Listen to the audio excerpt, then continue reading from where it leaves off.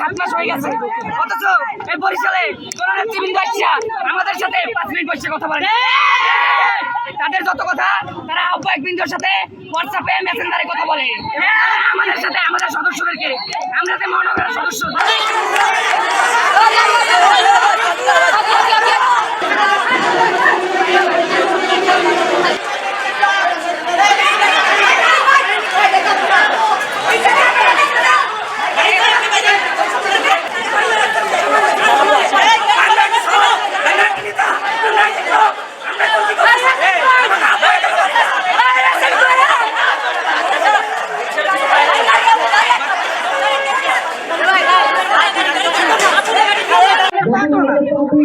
তারা এসে এখানে দেখলাম গ্যাঞ্জাম করলো।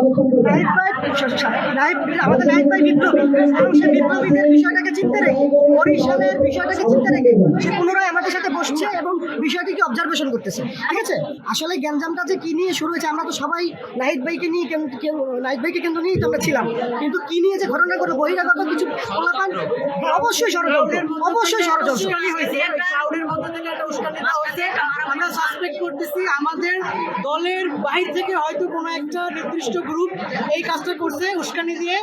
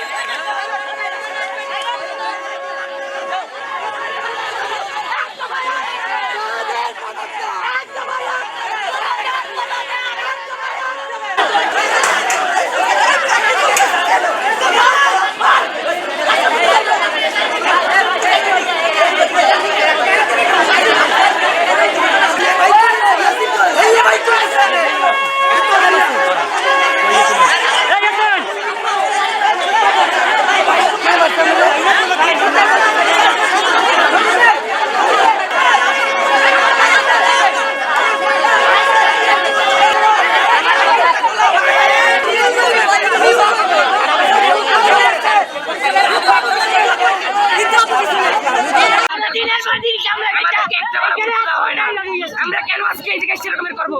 তাদেরকে তো আমরা এই জায়গায় দিচ্ছি, তারাও তো আমাদের একজন সিনিয়র পার্সন, তাদের সাথে আমাদেরকে করার দরকার ছিল না, কিন্তু তারা আমাদের সাথে 5 মিনিট বসার চেষ্টা করে না। আমরা বৈষম্যবিরোধী ছাত্র আন্দোলন বরিশাল মহানগরের আহ্বায়ক সহ আরো অনেক টিচার আছে যাদের কোনো কর্মকাণ্ডে লাগে না, যারা শুধুমাত্র নিজেদের জন্য খায়, নিজেদের জন্য পড়ে।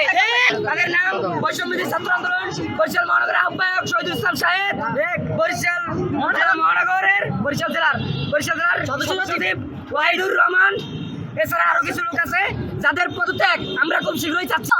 এখানে যে বিষয়টি হয়েছে এটা অনাকাঙ্ক্ষিত। আমরা দেখেছি বহিরাগতের ভিতরে কিছু লোককে আমরা চিনি না, আমাদের এই